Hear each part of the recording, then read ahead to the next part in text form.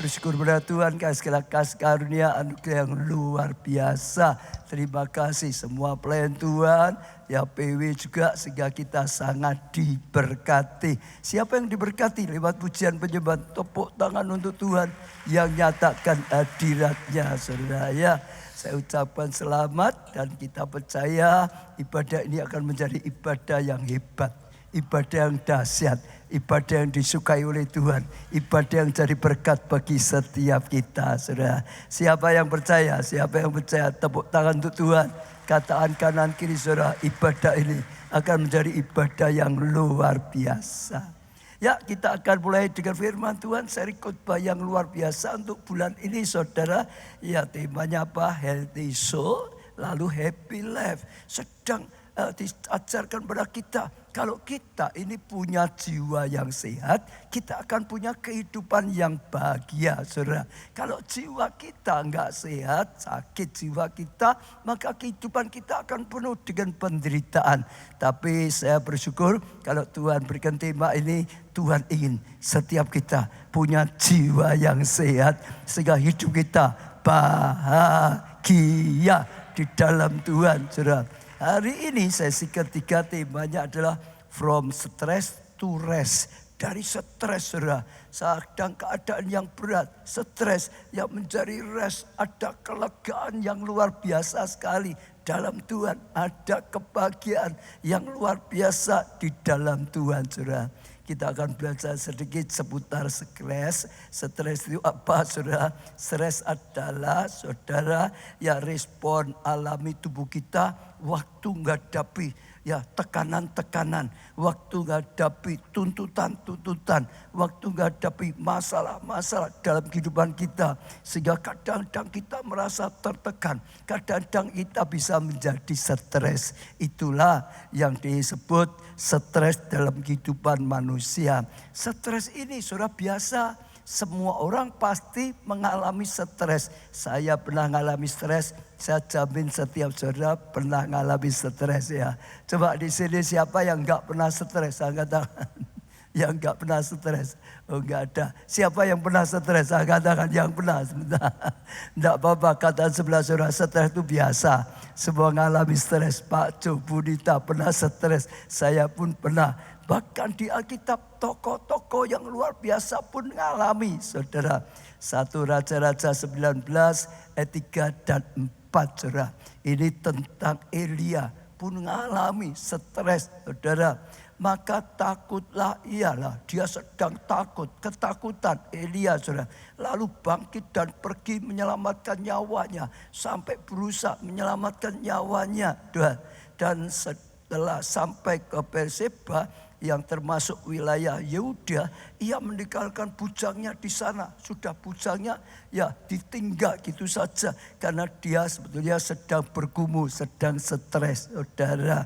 Tetapi ia sendiri berjalan seharian perjalanan, ya jauhnya ke padang gurun. Jalannya saja ke padang gurun, tempat yang gersang, saudara. Perjalanan yang gersang, ia duduk di bawah sebuah pohon arar. Ya kemudian ia ingin mati. Ini nabi besar. Saat itu nabi yang paling besar, nabi yang paling top, saudara. Dikatakan sampai sempat karena stres, ia ingin mati. Katanya cukuplah itu, sekarang ya Tuhan ambillah nyawaku. Ya sampai minta Tuhan ambil nyawanya, saudara. Sebab aku ini tidak lebih baik dari nenek moyangku. Seolah-olah ya sebab hidupku juga sama. Tidak berarti. Dia mengalami pergumulan berat. Dia mengalami stres, saudara. Lalu kita lihat lagi seorang yang bernama Musa. Sama saja. Bilangan 11 ayat 14-15. Aku seorang diri tidak dapat memikul tanggung jawab atas seluruh bangsa ini. Saat itu dia merasa berat sekali. Karena tanggung jawabnya ya diserahkan pada dia. Memimpin bangsa yang besar, jutaan orang. Apalagi bangsa yang tegar tengkuk. Terus ribut terus, saudara, sungut suku terus, saudara, sampai dia merasa enggak mampu lagi, sebab terlalu berat bagiku. jika engkau mau berbuat demikian padaku, lebih baik engkau membunuh aku saja. Sama dengan Elia tadi, cabut nyawaku saja, bunuh aku saja, supaya jangan aku melihat celaka yang menimpa aku. Dia merasa, oh kalau ini diteruskan dia akan celaka. Saudara lihat, dua orang yang paling top pada zamannya pun pernah mengalami stres. Maka sekali lagi saudara, stres itu biasa. Saudara, yang penting cara kita menanggapinya. Jangan kita nanggapinya salah. Kalau kita nanggapi benar, stres akan jadi batu loncatan. Sesuatu yang luar biasa dalam hidup kita. Tapi kalau nanggapinya salah, itu bisa merusak kehidupan kita. Stres ada dua macam, stres yang positif dan negatif, saudara. Stres yang positif, saudara, misalnya lah seseorang mau berlomba, saudara. Oh, di perlombaan besar dia tegang, dia sampai stres. Tapi stresnya itu seringkali membuat dia terpacu. Aku harus doa sungguh-sungguh, aku harus berjuang sungguh-sungguh, aku harus berlatih sungguh-sungguh, supaya aku sungguh-sungguh bisa berhasil, saudara. Nah, karena stresnya justru membakar semangatnya, berjuang sungguh-sungguh, dan akhirnya dia dapat prestasi, jadi juara. Betul nggak, saudara? Kalau dia bertanding suatu pertandingan penting, dia nggak stres, kadang-kadang malah biasa saja, nggak berjuang, nggak latihan sungguh-sungguh, belum tentu menang. Tapi karena stres menghadapi musuhnya yang sangat berat, sehingga buat dia harus berjuang, harus berjuang, dan akhirnya sukses. Ya, karena gereja kita di Solo, kita punya sekolah, ya. SKPNK, saudara. Di situ banyak juara, berkali-kali juara dalam berbagai. Salah satunya tentang apa namanya itu, basket itu, saudara. Berkali-kali juara. Ya, bulan yang lalu, belum lama baru saja, ya lomba, ya sejak Surakarta itu, saudara. Mereka berjuang, mereka menang. Wanitanya juara 2, saudara. Prianya juara 1, saudara. Tepuk tangan yang meriah untuk Tuhan. Lalu ya 1-2 minggu kemudian mulai lomba di Jawa Tengah. Bukan lagi kota Solo Raya, tapi Jawa Tengah, saudara. Nah, saat waktu harinya mau lomba, saudara, saya sedang mau melayani ulang tahun di Magelang. Ke Magelang, sedang perjalanan berangkat, saudara. Ditelepon, saudara. Pak, ini para pemainnya agak stres. Kenapa? Karena ini hari ini akan tanding, ya, pada yang selama ini nggak pernah terkalahkan gitu, saudara. Ini raksasanya basket, saudara. Jadi belum pernah terkalahkan. Jadi wah, maka minder sampai stres, saudara. Pak, doakan, berdoakan. Lalu saya di perjalanan doakan mereka. Tuhan beri pengurapan, Tuhan beri keberanian, Tuhan beri iman yang mantap gitu, saudara. Saya doakan di perjalanan. Lalu saya sampai di Magelang, lalu ya ulang tahun gereja saya lain di sana, selesai saya pulang. Lah, saat itu sedang bertanding. Kalau berangkat tadi belum bertanding, saudara. Tapi minta didoakan supaya ya kuat, supaya menang. Lah, dalam perjalanan pulang lagi ditelepon lagi. Pak, ini sedang tanding loh, Pak. Wah, ayo doakan. Jadi saya itu pendeta kebelas bulan. Jadi pulang pelayanan Magelang Solo, di mobil terpaksa lihat pakai iPad saya sambil lihat dan doakan. Dalam nama Tuhan Yesus, ditolong Tuhan, diurapi Tuhan, juara, menang. Dan saya bersyukur juara 1 se-Jawa Tengah, saudara. Ya, stres itu stres yang baik, saudara. Membuat apa? Memacu kita. Bangkit, saudara, berjuang, saudara, sungguh-sungguh, dan akhirnya sukses. Saudara pernah lihat orang sedang jalan-jalan tiba-tiba dikejar anjing gila gitu, saudara. Wah, ketakutan luar biasa, sampai stres mungkin, saudara. Lari, tiba-tiba ada pagar itu bisa diloncati, saudara. Kekuatan itu tiba-tiba bisa muncul luar biasa. Kalau hari-hari biasa nggak bisa. Tapi kalau kaget, stres dikejar anjing gila, malah berjuang mati-matian. dan kekuatan luar biasa muncul. Saya doakan setiap saudara, ya stres saudara adalah stres yang positif, yang membuat saudara bangkit, yang membuat saudara berjuang, dan saudara jadi pemenang. Ya, stres yang negatif adalah ada masalah, stres lalu putus asa, saudara mau menyerah dan macam-macam, saudara ya kehilangan damai, tidak berani melangkah, nggak bisa makan dan macam-macam, sehingga membuat kondisinya makin drop, kondisinya makin tidak baik, saudara. Sekali lagi, jangan punya stres yang negatif, milikilah stres yang positif. Tepuk tangan untuk Tuhan kita, saudara. Lalu apa yang membuat seorang bisa menjadi stres, saudara? Ya banyak, saudara.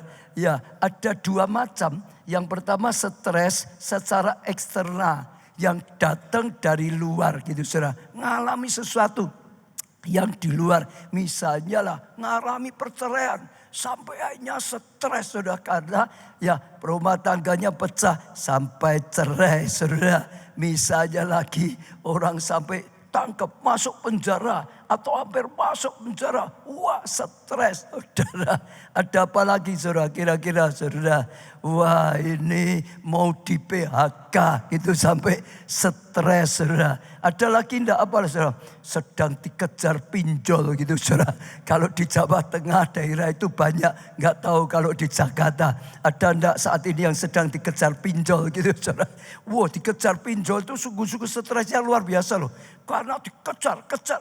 Bukan hanya dikejar, lalu diterobos loh. Semua kenalannya dihubungi semua loh, saudara. Bahkan kadang sampai gerejanya dihubungi loh, saudara. Beberapa jemaat kita kena pinjol itu sampai hubungi gereja loh. Kalau banknya tahu saya bisa dihubungi juga loh, saudara. Sampai stres, malu, dikejar-kejar, luar biasa sekali, saudara. Kenapa? Yang terjadi di luar ada lagi mungkin stres karena dikejar tukang pajak gitu, saudara. Masalahnya usahanya sedang diperiksa. Wah, ini sedang diproses perpajakan, sampai stres. Ada banyak yang bisa membuat orang stres yang datangnya dari luar. Merasa tertolak, saudara. Dalam keluarganya merasa ditolak, saudara. Dalam pelayanan bahkan merasa ditolak. Di tempat kerja, di tempat studi merasa tertolak sampai stres itu, saudara. Ada banyak yang bisa datang dari luar, eksternal ini. Kalau Pak Budi mungkin pernah lihat ya, orang diperiksa pajak sampai stres ada ya, mestinya ya banyak. Ya, apalagi yang terakhir misalnya tiba-tiba ujuk-ujuk, kalau orang Solo divonis kanker stadium 4. Begitu diberitahu divonis kanker stadium 4. Sudah wah stres sendiri. Gak ada apa-apa. Belum dengar gak stres. Begitu dengar ya vonisnya kanker stadium 4. Sudah stres, itu dari luar. Tapi juga ada stres yang sebenarnya dari dalam sendiri. Orang terlalu perfeksionis, saudara. Harus ini, saudara. Sehingga takut nanti kalau keliru, nanti gak sempurna. Ini macam-macam, stres sendiri. Karena ada perasaan seperti itu, saudara. Ya, orang juga yang selalu pikirannya negatif. Dia pasti menghina saya. Dia pasti punya rencana yang jahat terhadap saya. Pasti ini, pasti. Aku pasti di PHK. Macam-macam, saudara. Ini pasti hancur. Jadi stres sendiri. Yang dari apa? Dalam merasa tidak berdaya, saudara. Atau pengharapannya terlalu tinggi. Tapi merasa nggak mungkin bisa. Ya, sesuai dengan pengharapannya, saudara. Sehingga stres itu dari dalam, saudara. Kita sendiri yang akhirnya membuat hidup kita stres. Ada yang dari luar, ada yang dari dalam. Saya tidak tahu saudara mengalami stres karena masalah di luar atau karena masalah malah di dalam sendiri. Saudara merasa sendiri, merasa ditolak atau tidak, merasa sendiri, merasa tidak baik, merasa enggak tampan, merasa enggak cantik, jelek gitu, saudara. Stres sendiri. Tapi sekali lagi dalam nama Tuhan Yesus, jangan stres itu menghancurkan kita. Stres bisa diatasi, bahkan bisa dibawa pada Tuhan. Ngalami pembalikan di dalam Tuhan. Kita bisa mengelola stres kita sehingga tetap tegar. Kita bisa mengelola stres kita malah jadi batu loncatan di dalam Tuhan. Tepuk tangannya yang sangat meriah untuk Tuhan kita. Nah sekarang kita akan belajar saudara rahasia mengelola stres menjadi rest, lega, saudara damai, saudara tetap bahagia, saudara. Yang pertama mengelola fisik atau fisik ya tubuh gitu, saudara. Itu harus dikelola dengan baik. Ya kalau kita nggak mengelola fisik dengan baik bisa membuat kita itu stres. Markus 6 ayat 31. Lalu ia berkata pada mereka, Yesus sedang berkata pada muridnya, marilah kita tempat yang sunyi supaya kita sendirian. Dan apa saudara? Dan apa? Ayo katakan 1, 2, 3. Beristirahatlah seketika. Diajak ke tempat sunyi. Untuk apa? Istirahat, istirahat, istirahat. Ada waktunya kerja, ada waktunya istirahat. Ada waktunya melayani, ada waktunya istirahat, ada waktunya belajar, ada waktunya istirahat. Saudara. Sebab memang begitu banyaknya orang yang datang dan yang pergi. Karena apa? Begitu banyak orang datang pada Tuhan. Minta didoakan, minta disembuhkan, minta ditolong. Jadi sibuk sekali saudara. Begitu banyak orang yang cari minta pertolongan. Sehingga makan pun mereka tidak sempat. Sehingga makan aja nggak sempat, istirahat nggak sempat, maka Tuhan Yesus ambil keputusan. Ayo kita menghindar, ayo kita ke tempat yang suci supaya kita bisa istirahat. Kadang-kadang saudara, seorang itu capek sekali ya sampai ya tadi seperti ini nggak sempat istirahat, makan saja sulit saudara, akhirnya fisiknya makin lemah, dan keadaan lemah fisik. Kadang-kadang juga bisa rohnya ikut lemah. Saudara menghadapi tantangan ya lebih mudah ya goyah saudara. Jadi ada waktunya untuk sungguh-sungguh ya jaga fisik kita. Kalau tubuh kita sehat kita lebih mudah sukacita. Tapi kalau tubuhnya lemah ya sakit semua kadang-kadang buat kita stres saudara. Jadi kelola fisik kita dengan baik.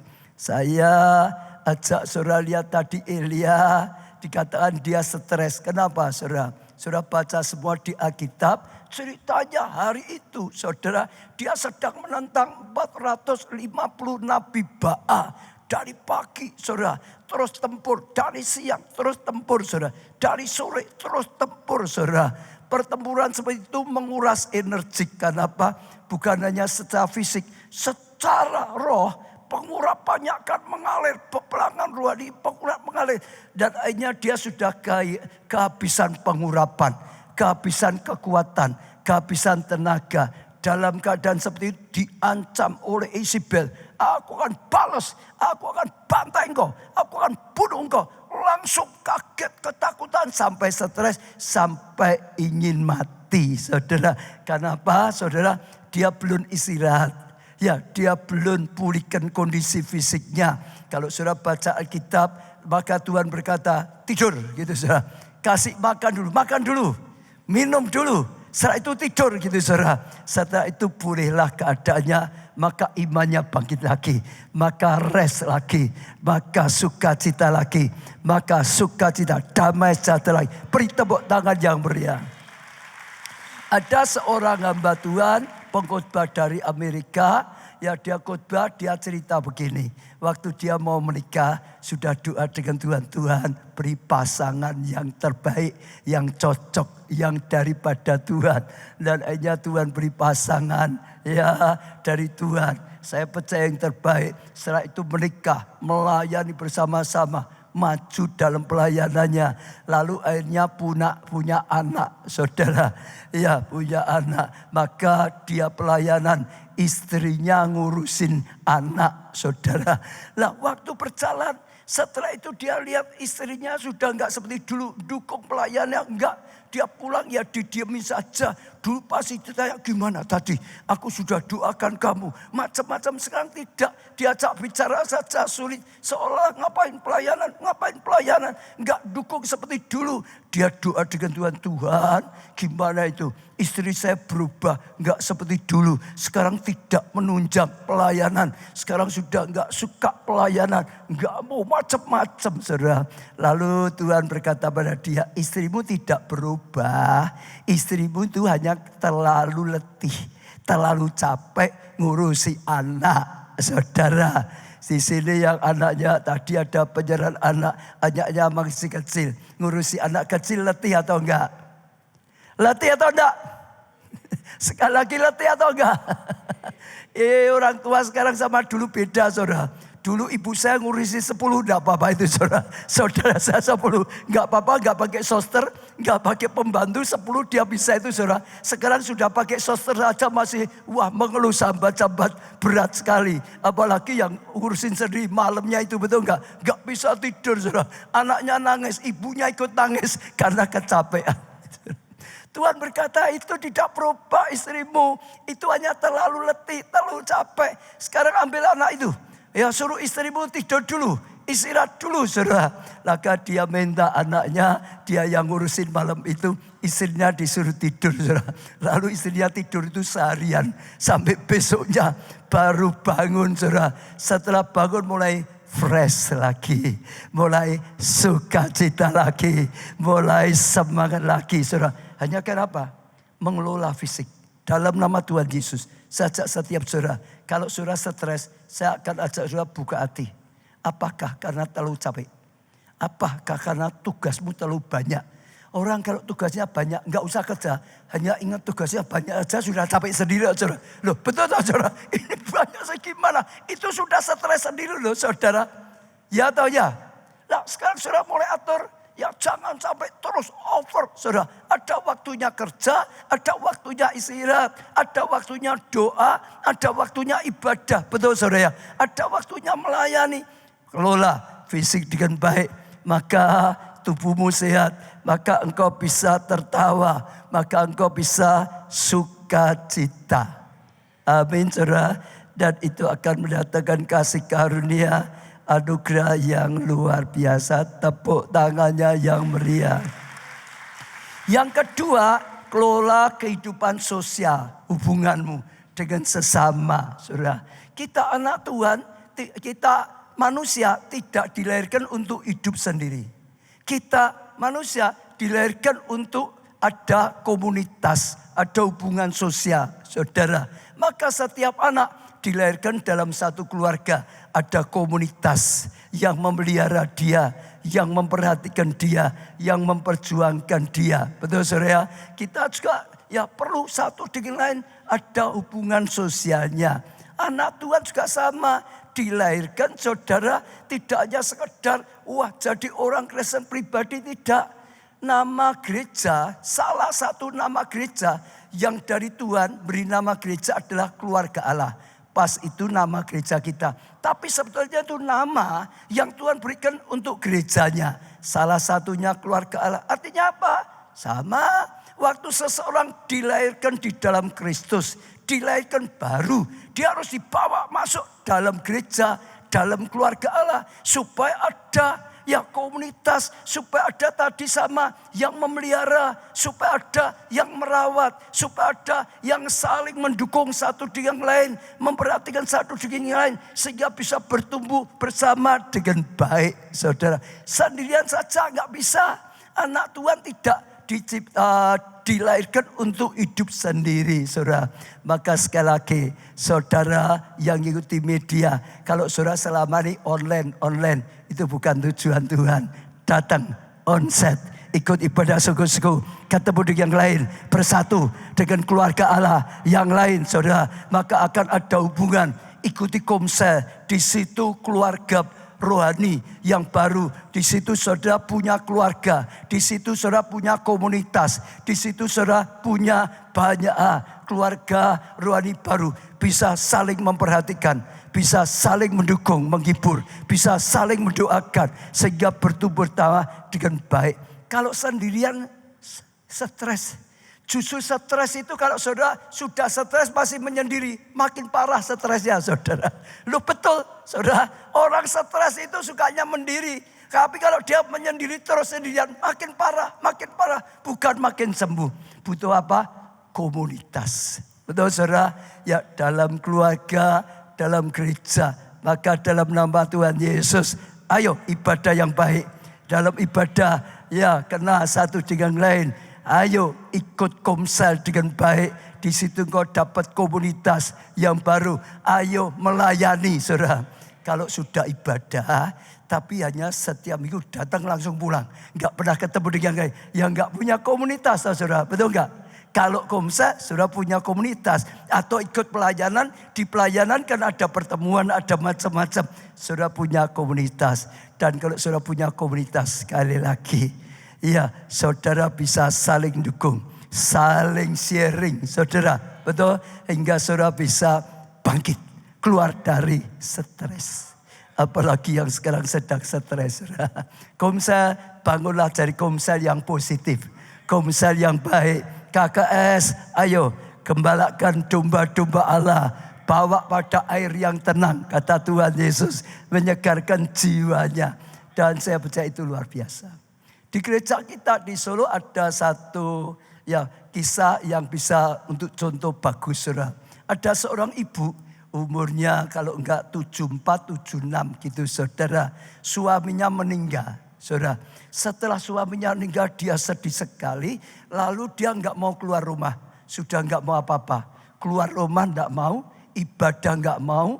Pelayanan enggak mau. Saudara sudah pokok dia menyendiri saja.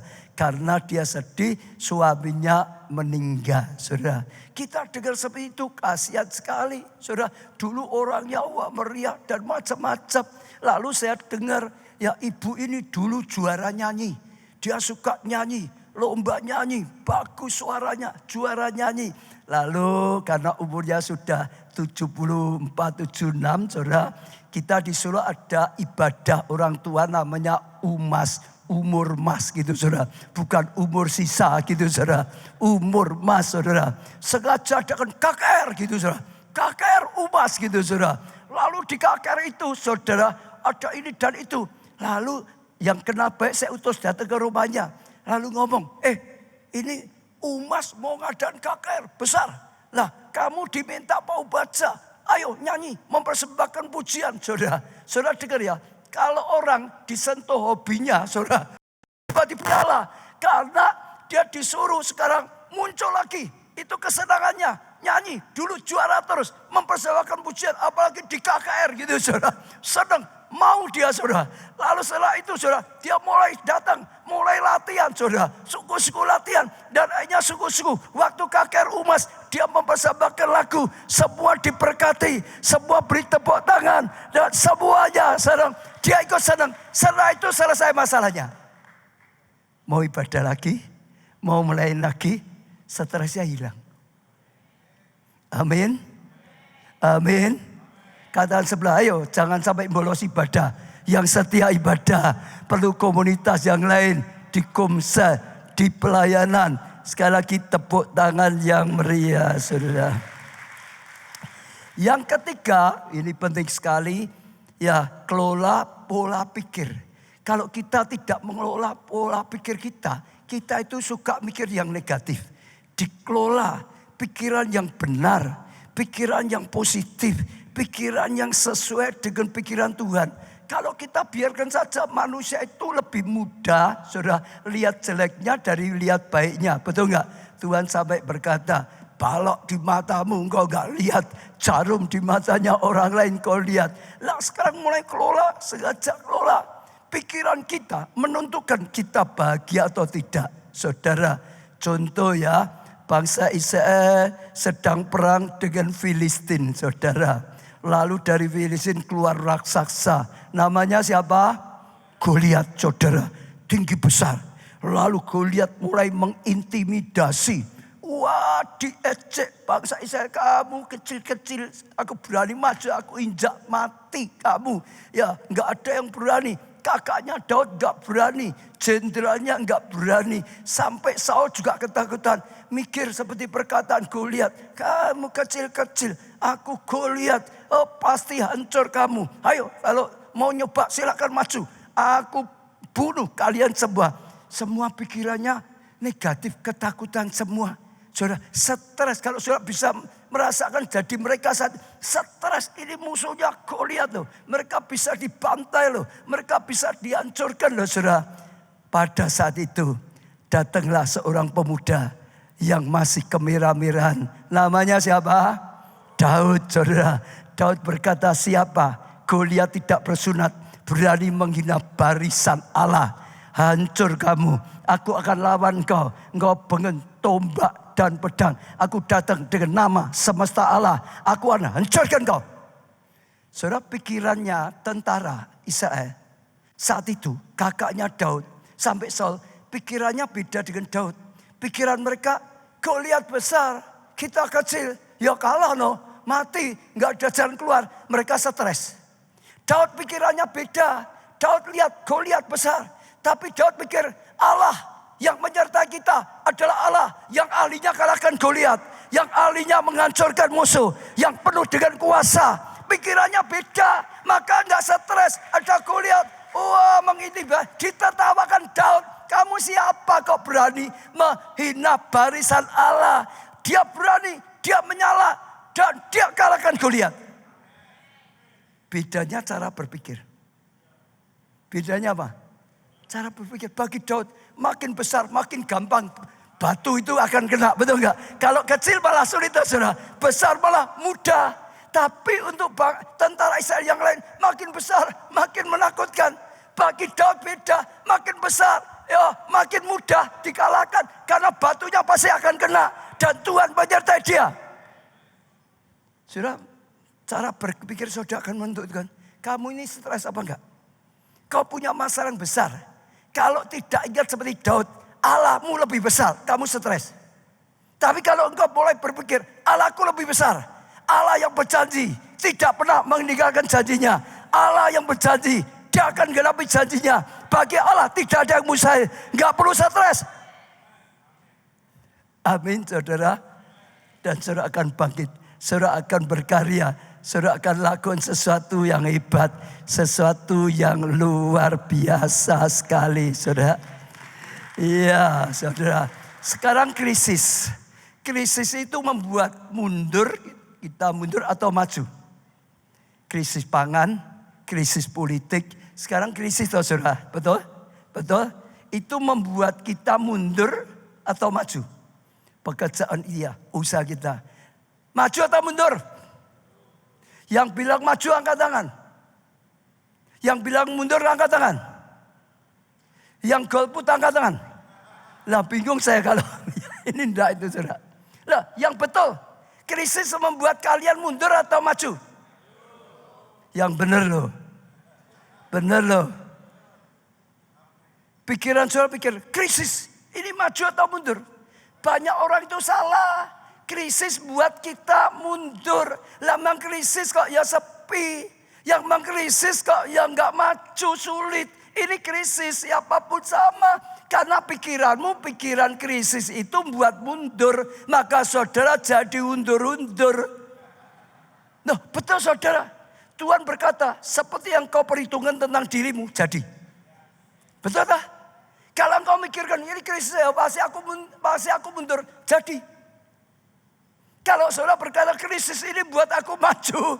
Maka saudara perhitungkan ini pasti maju. Tuhan berkata jadi. Sepertinya krisis buat kita maju atau mundur? Siapa yang ngomong buat kita maju? Sing tenan loh saudara ya. Jangan ini saya tanya maju pak. Lalu di depan ngeluh.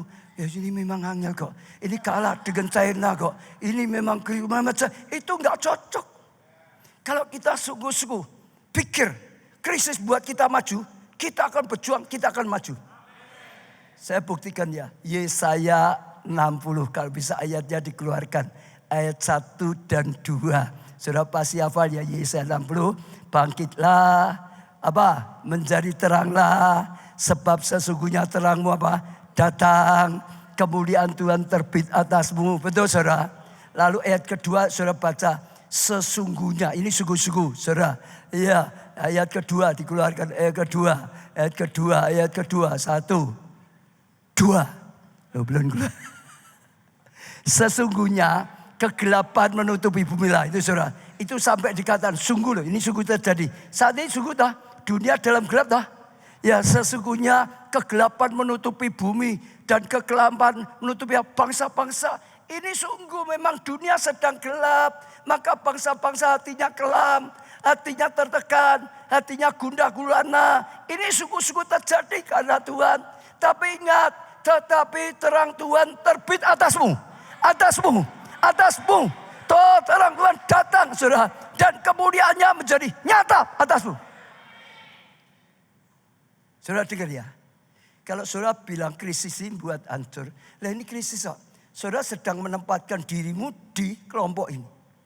Itu ada 2 kelompok. Satu memang gelap, kelam. Satunya diterangi Tuhan. Kemuliaannya terpancar. Saat krisis ada 2 itu. Kalau saudara mikirnya keliru. Saudara mikirnya sama seperti dunia, bedanya apa? Saudara mikir ini memang krisis. Hati saudara ikut kelam. Semua ikut kelam. Saudara dengar. Seperti yang kau pikirkan, seperti yang kau katakan, saudara sedang menempatkan diri di situ. Saudara akan stres dan saudara akan gagal. Tapi kalau saudara berani percaya firman Tuhan, pikiranmu ditaklukkan dengan pikiran Kristus. Percaya dengan firman Tuhan. Aku kelompok kedua yang diterangi oleh Tuhan. Hidupku diberkati, hidupku diterangi oleh Tuhan. Pikiranku diterangi oleh Tuhan. Kemuliaan Tuhan terpancar. Aku akan jadi terang, aku akan jadi berkat. Saudara menempatkan di tempat yang benar, pikiranmu benar. Saudara sukacita, saudara disertai diurapi Tuhan. Loh, saudara perhatikan. Pikiran kita akan menentukan stres atau tidak. Dan akhirnya akan menentukan sukses atau gagal. Betul? Itu luar biasa. Gereja kita pun mengalami banyak kok saudara. Lihat ya.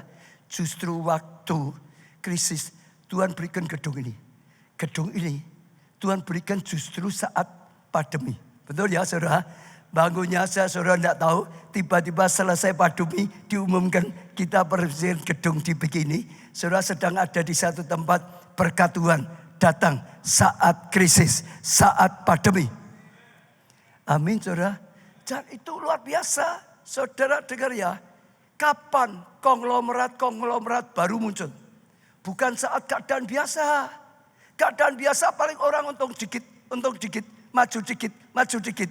Tapi justru saat krisis, kalau engkau bisa temukan celah-celahnya, saudara bisa ambil masuk di situ, saudara akan mengalami pelipat gandaan. Saudara akan jadikan itu batu loncatan. Tiba-tiba naik, membuktikan. Kelolalah pikiran saudara dengan benar. Jangan pikiranmu salah. Setuju saudara? Iya, buang semua beban pikiran salah dibuang. Amin saudara. Ada satu pelajaran yang saya suka. Gini saudara. Aku baca satu artikel tulisannya ini kisah nyata. Benar nyata apa enggak. Tapi di artikel tulis ini kisah nyata. Seorang petani Jepang saudara. Dia punya satu keledai. Dia sangat senang dengan keledai itu. Tapi satu hari jatuh di sumur saudara.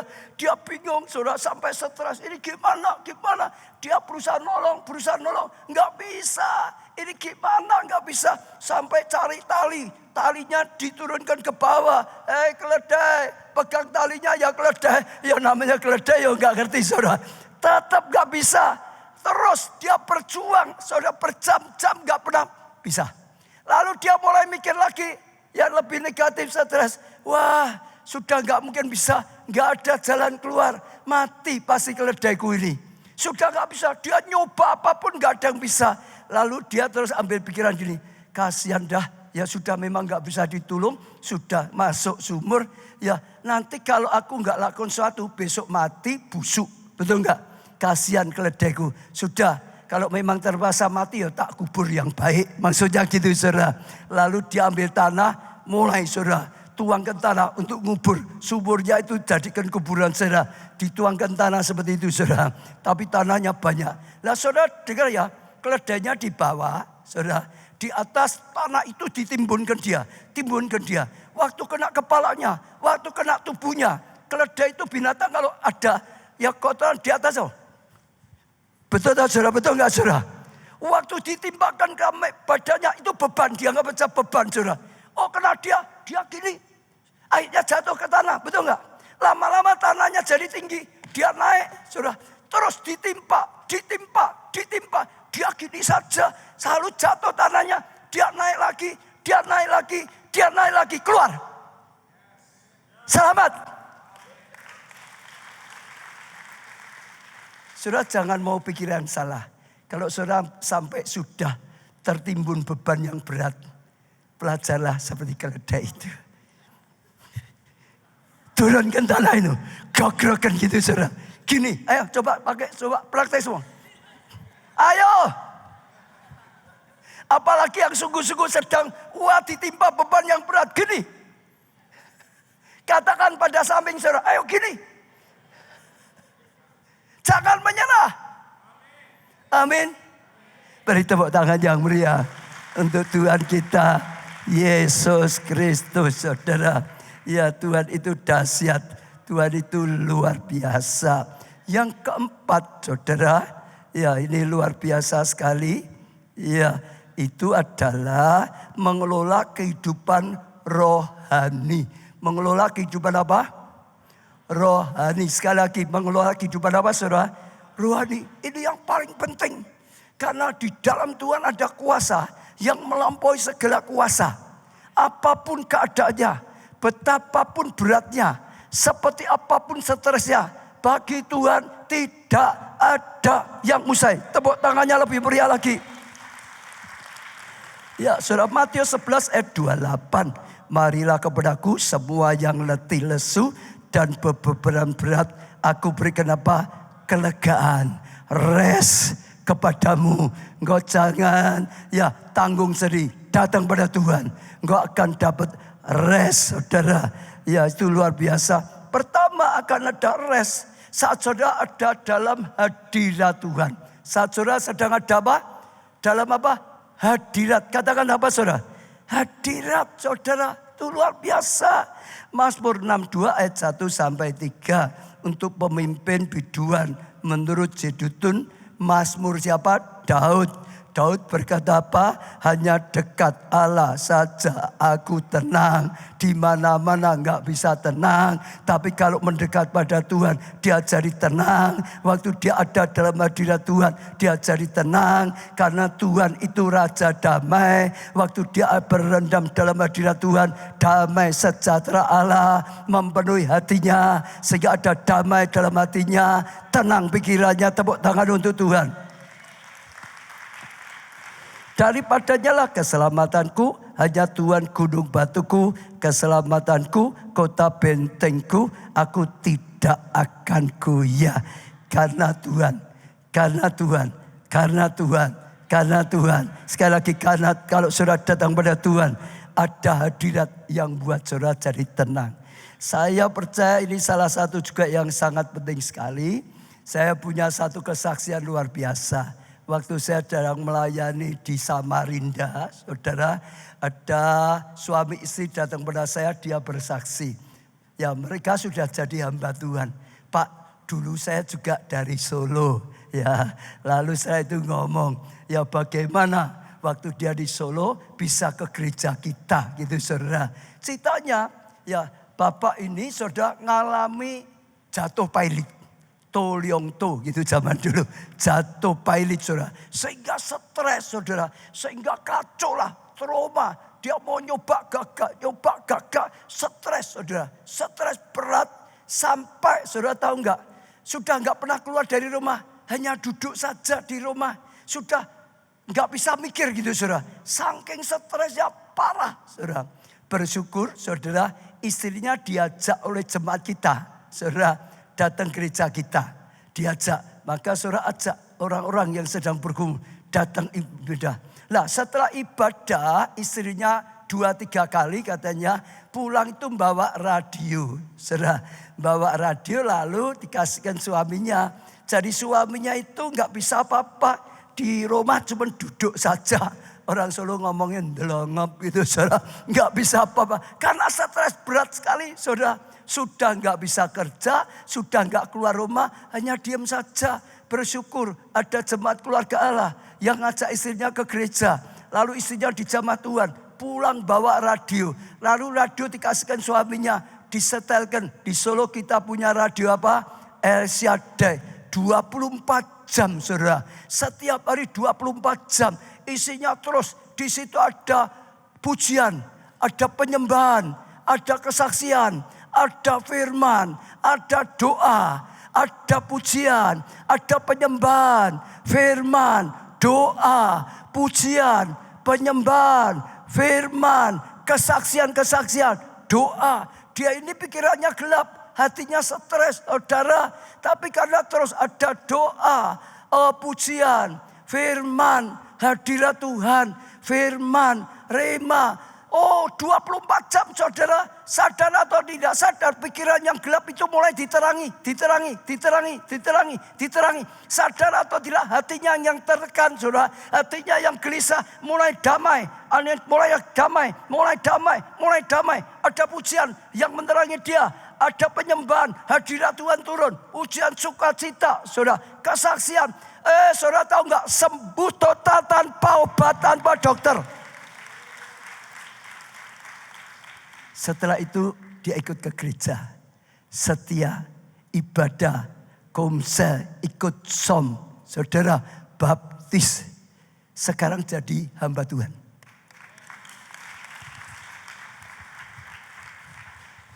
Ini nyata saudara. Ini nyata. Dalam Tuhan tuh ada hadirat. Yang luar biasa sekali. Dan kalau saudara pernah dengar di Solo kita ada Pondok Daud.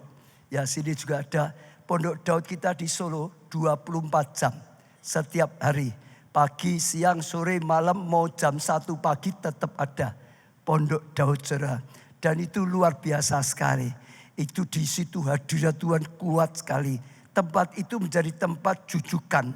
Kalau orang mau cari Tuhan. Kalau orang punya masalah. Sudah tidak tahu harus berbuat apa. Sudah tidak tahu mau kemana lagi. Maka dia bisa datang di situ. Akhirnya banyak orang datang. Bukannya jemaat kita saja. Dari gereja lain datang. Bahkan bukan orang Kristen datang saudara. Jadi banyak datang. Dari luar kota pun seringkali datang saudara. Ada hadirat. Ada kuasa. Ada pertolongan luar biasa. Ada satu yang saya kagum sekali, bukan Kristen saudara, belum kenal Tuhan. Dia hanya dengar kesaksian mujizat di situ, mujizat. Dia datang hari Senin, sekretariat kita libur saudara. Lah waktu dia datang, ya mau ke Pondok Daud katanya, ya saya kata tutup gak ada orang. Tapi ada satu orang keluar saudara. Tanya dengan orang itu, lalu ditunjukkan di situ. Ya Pondok Daud masuk saja, doa sendiri saja. Lalu dia saudara karena memang gak ada pendeta yang doakan. Tidak ada yang konseling. Ya sudah masuk doa. Ibu ini doa sendiri. Cari Tuhan sendiri dalam hadirat Tuhan. Tiba-tiba terjadi luar biasa. Anaknya lumpuh. Lari. Saudara di situ lari. Wah dia nangis. Dia berseru. Tuhan hebat. Tuhan luar biasa. Gak ada yang doakan. Gak ada yang jamah. Tuhan sendiri.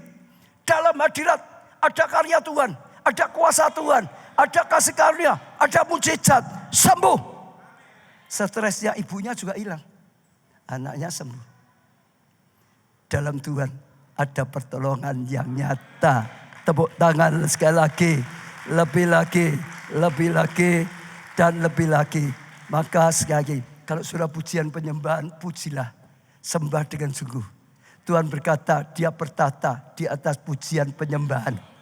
Dia hadir, maka dia berkarya, maka dia lakukan sesuatu, maka dia jadi juga dokter di atas segala dokter. Dia menyembuhkan sakit penyakit, dia menyembuhkan luka hati, dia menyembuhkan stres, saudara, diubah dan sesuatu yang luar biasa terjadi. Dalam hadirat Tuhan, saya pun mengalami setiap ada masalah apa di rumah saya punya kamar doa.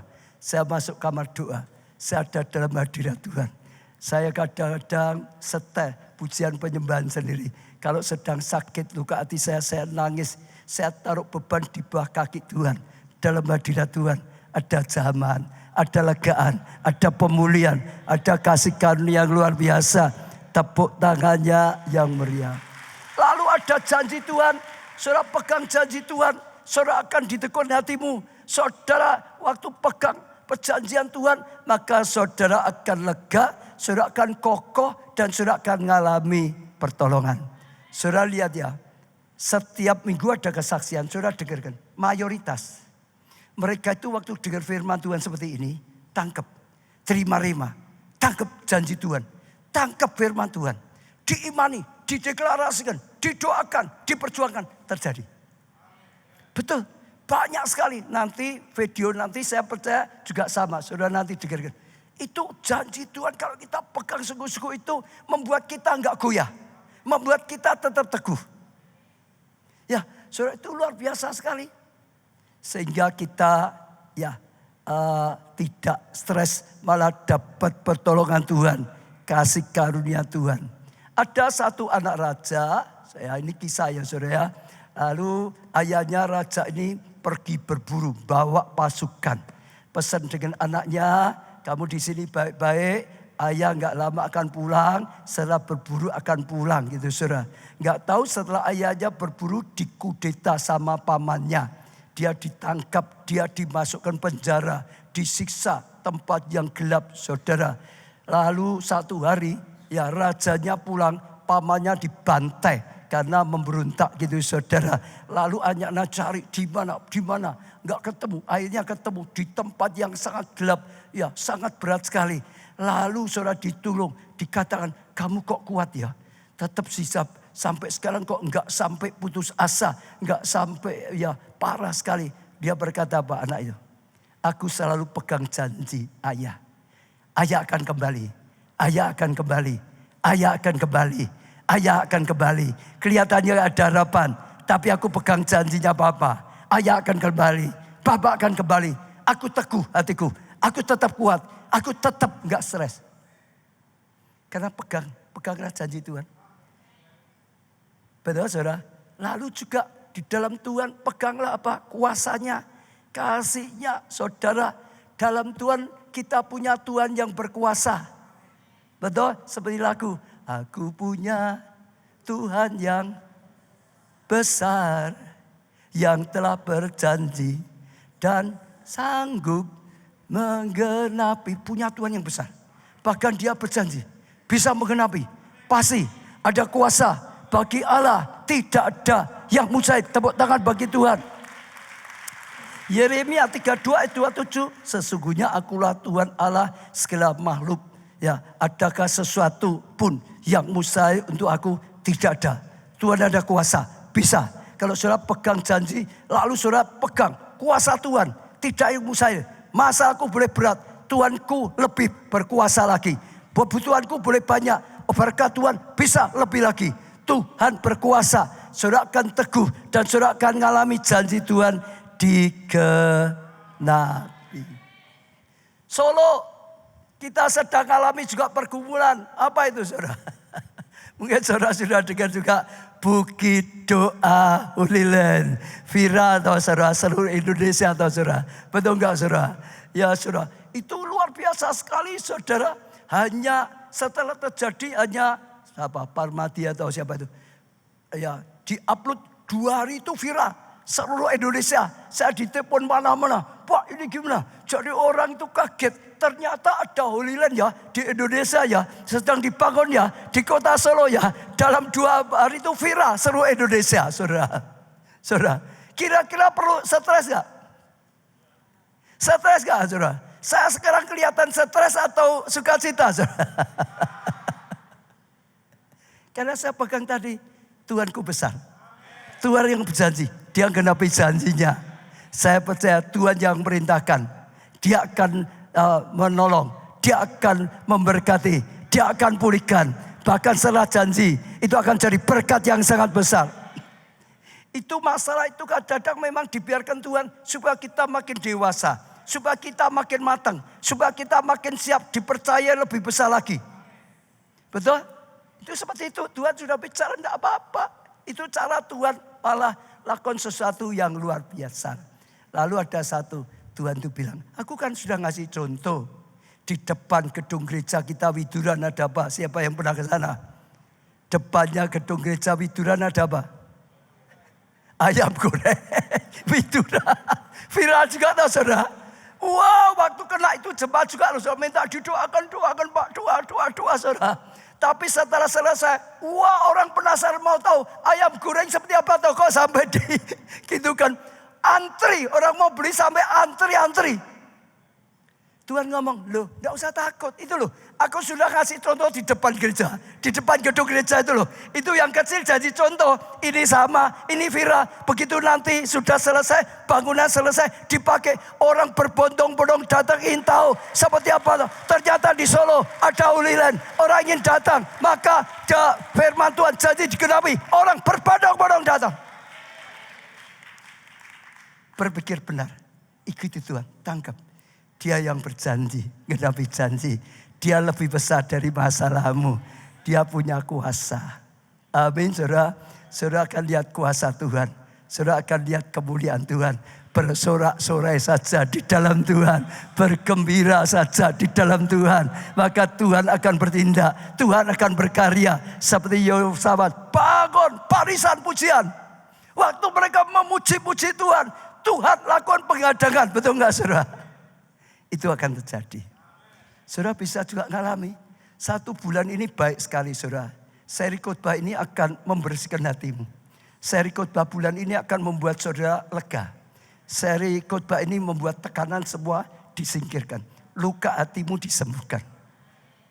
Saya dengar tadi ada retreat counter. Kalau saudara ngalami luka hati, sakit hati dan macam ikut. Saya enggak punya banyak untuk menjelaskan. Itu saudara akan dipulihkan sungguh-sungguh. Saya mau tutup sekarang dengan 2 kesaksian. Yang pertama kesaksian Joyce Meyer. Coba dikeluarkan kesaksian. Dia sekarang dipakai Tuhan luar biasa. Mungkin saudara banyak yang kena. Tapi saudara tahu latar belakangnya. Lanjutkan. Joyce Meyer mengalami pelecehan seksual. Oleh siapa saudara? Ayahnya sejak kecil. Bahkan ia mengaku diperkosa lebih dari 20 kali hingga usia 18 tahun. Saudara bayangkan saja kalau ada seorang gadis diperkosa oleh ayahnya sendiri. Bahkan terus terulang sampai 200 kali lebih. Saya percaya itu bisa goncang, itu bisa stres berat. Itu satu hal yang sungguh pukulan sangat berat sekali saudara. Ya ibunya mengetahui hal ini. Tapi memilih diam. Membuat Joyce Meyer bertumbuh dalam trauma. Dan stres besar dalam hidupnya. Ia juga mengalami pernikahan pertama. Yang manipulatif. Dan penuh dengan tekanan. Sudah berat sekali. Ya bersyukur akhirnya Joyce Meyer pegang firman Tuhan. Dia pegang firman Tuhan. Dia tahu sana kan mayoritas Kristen. Pegang firman Tuhan saudara. Apa katanya? Saya tahu Tuhan tidak mengeluarkan saya dari peristiwa itu. Tetapi dia memberikan saya kekuatan untuk melaluinya. Tuhan punya rencana yang besar di balik peristiwa ini. Pegang. Dia nggak mau stres. Pegang itu. Tuhan punya rencana. Nah, meskipun masa lalunya sangat kelam. Joyce percaya bahwa Tuhan punya janji atas hidupnya. Ya, yang luar biasa. Ia berjuang untuk mengalihkan. Ya, untuk meraih janji itu. Melalui apa? Pelayanan, pengampunan. Dia enggak ngurus peristiwa masa lalunya.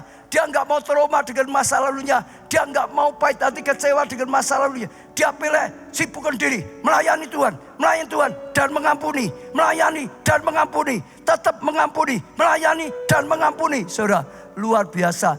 Joyce hampir kehilangan masa depan. Harga diri dan panggilan hidupnya. Namun ia merebut kembali identitasnya. Rebut saudara. Ya, take over di dalam Kristus. Dan menjadi penginjil global yang luar biasa. Lanjutkan lagi. Ia bangkit dari trauma dan stres yang ekstrim.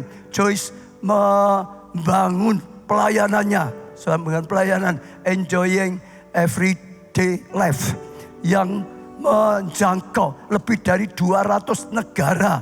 Ia menulis lebih dari 100 buku dan memberikan kekuatan bagi korban pelecehan di seluruh dunia. Karena dia mengandalkan Tuhan. Tuhan tolong. Saudara, dia dipulihkan. Dia justru dipakai Tuhan. Dipakai secara luar biasa. Sampai 200 negara lebih. Dia diperkosa 20 kali lebih. Dia dipakai jadi berkat 200 negara lebih. Bahkan jadi berkat nulis buku 100 lebih. Itu luar biasa. Belajar dari dia. Jangan mau terpuruk dengan masa lalu. Jangan dicekam sakit hati, luka hati. Jangan stres. Ada Tuhan yang besar, yang berjanji, yang menghadapi janjinya. Dan dia ngalami firman Tuhan ini. Saya doakan saudara juga ngalami seperti itu. Satu lagi yang terakhir, yaitu tentang lagu Sentuh Hatiku Tuhan. Di latar belakang diciptakannya lagu ini. Ya, baik Jason, coba dilanjutkan. Ya, teman Jason adalah seorang gadis yang menjadi korban pemerkosaan oleh ayah kandungnya. Sama, tidak mudah saudara. Trauma parah menyebabkan ia mengalami stres berat dan luka hati, luka batin yang parah. Sehingga ia mengalami gangguan mental. Ya, sehingga harus dipasung, dirantai di rumah selama bertahun-tahun. Karena dia trauma, dia stres saudara. Ya, karena kepahitan yang mendalam. Satu hari rantai pasung itu terlepas. Hal pertama yang terlintas di benaknya adalah membunuh ayahnya. Namun ketika ia berniat melakukan ia merasa melihat Tuhan Yesus yang berkata, kamu harus memaafkan, mengampuni ayah kamu. Lanjutkan lagi. Gadis itu menolak keras. Ia menangis, ia teriak dan memukul.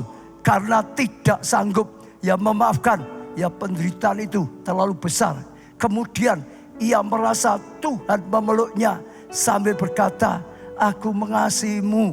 Ya, artinya aku mengasihimu. Aku berikan kasih. Kasih juga ampuni. Kasih itu meluluhkan hatinya, lembutkan hatinya. Setelah pergumulan yang dalam, gadis itu akhirnya mampu melepaskan pengampunan. Keputusan ini membawa pemulihan bagi seluruh hidupnya dan keluarganya. Dan momen tersebut terjadi tepat sebelum sang ayah meninggal dunia karena stroke. Ayahnya juga syok sampai dia stroke. Tapi hebatnya sebelum ayahnya mati, dia dipulihkan. Ada pemulihan hubungan dengan ayahnya. Pemulihan keluarganya. Kenapa? Dia buka hati pada Tuhan. Keterbukaan, awal pemulihan. Jangan dipendam, jangan disimpan. Buka di hadapan Tuhan. Minta Tuhan jamah, sentuh hatiku. Beri hati yang baru, beri hati yang lembut, beri hati yang penuh kasih, beri hati yang bisa mengampuni, beri hati yang terus bisa melepaskan semua yang tidak baik. Waktu saudara juga belajar seperti dia, saudara akan lihat tangan Tuhan membelai saudara. Seperti membelai pada Joyce Meyer, membelai pada gadis. Saudara akan dipulihkan. Saudara akan lepas dari pahit hati, lepas dari kecewa. Luka hatimu akan disembuhkan. Saudara akan dipakai buat pemulihan bagi hidupmu sendiri, bagi keluargamu. Dan saudara akan dipakai melayani Tuhan, memulihkan banyak orang. Dan itu sesuatu yang luar. Itu pesan Tuhan hari ini. Saya percaya setiap kali Tuhan sampaikan firman, pasti saudara sedang bicara. Saya ajak setiap saudara yang sedang mengalami pergumulan seperti itu, buka hatimu, datang pada Tuhan. Saudara akan lihat Tuhan berkarya luar biasa.